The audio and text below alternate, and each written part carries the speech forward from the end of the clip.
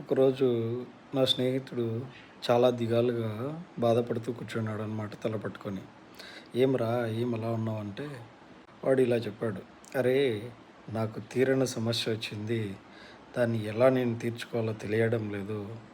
ఎవరు ఏమి చెప్పినా కూడా ఆ సమస్య తీరేటట్టు లేదు" అని చెప్పాడనమాట. అప్పుడు సింపుల్‌గా ఒక క్వెషన్ అడిగానమాట. "తీరని సమస్య అంటున్నావు, దాన్నే పట్టుకొని బాధపడుతున్నావు. నీ దగ్గర ఏమైనా ఉపాయం ఉందా ఆ సమస్య తీరడానికి" అని అంటే, "నా దగ్గర ఎటువంటి ఉపాయం లేదు" అని దిగాలుగా చెప్పాడనమాట. అయితే, "నీ దగ్గర ఉపాయం లేదు కదా, మరి ఎందుకు చింతిస్తున్నావు" అంటే, ఆ సమస్య తీరదు కదా, అది నా మనసులో నుంచి పోవట్లేదు" అని అంట. సరే, ఆ సమస్య తీరేది కాదని నువ్వే చెప్తున్నావు. ఆ సమస్యను వదిలలేకపోతున్నాను అంటున్నావు. పోనీ వదలలేకుండా మనసులో పెట్టుకోవడం వల్ల నీ ఉపయోగం ఏమన్నా ఉందా నీకి? నువ్వేమన్నా ముందుకు సాగగలవా అంటే, లేదురా, దాన్ని మనసులో పెట్టుకోవడం వల్ల నేను ముందుకు సాగలేను అని అంటాడు. సమస్యను తీర్చను లేవు, వదిలేను లేవు. దానివల్ల ఉపయోగం ఏమన్నా ఉందా నీకి అని అడిగాను. అప్పుడు లేదు, కానీ అది నన్ను వేధిస్తుంది అని. వేధిస్తోంది అంటే ఆ సమస్యని పక్కన పెట్టు ప్రస్తుతానికి. నువ్వు అనుకున్న ఇంకొక పని ఉంటుంది కదా, దాన్ని మొదలుపెట్టరా. అంతేగాని ఇక్కడ ఆగిపోయినావు అంటే నీ దగ్గర 100 సమస్యలు లేదా 100 పనులు, నువ్వు చేయదలిచిన పనులు ఉంటాయి.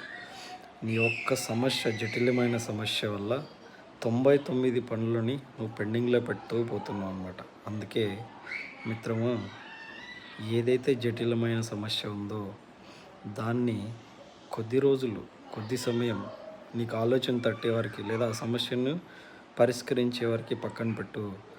మిగతా నీ టార్గెట్ పాయింట్స్, మిగతా నీ సమస్యలు కావచ్చు, నీ టార్గెట్స్ కావచ్చు, నీ గోల్స్ కావచ్చు ఉంటాయి చూడు, వాటి మీద ఫోకస్ చెయ్యి.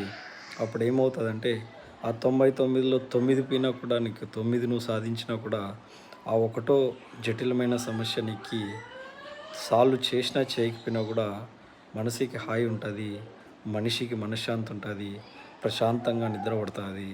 అంతేగాని జటిలమైన సమస్యను పట్టుకొని కూర్చోవద్దు. దాన్ని అక్కడ వదిలేసి ఒకటేసారి కొండను కొట్టాల్సిన అవసరం లేదు. చిన్న చిన్నగా నీ ప్రయత్నాన్ని మొదలుపెట్టు, అప్పుడు నువ్వు సక్సెస్ అవుతావు అని చెప్పాను. అప్పుడు, అరే, ఇంత సింపుల్ విషయమే కానీ నాకు కూడా తెలుసు, నేను కూడా మెచ్యూర్డ్ పర్సనే, కానీ దాన్ని డిసిషన్ తీసుకోలేక నేను లాగుతూ వస్తున్నాను. కానీ కొంచెం క్లారిటీ వచ్చింది, నేను ఇప్పటి నుంచి అవాయిడ్ చేయడానికి ప్రయత్నిస్తాను అని చెప్పి కొద్ది రోజుల తర్వాత సక్సెస్ అయ్యాడు.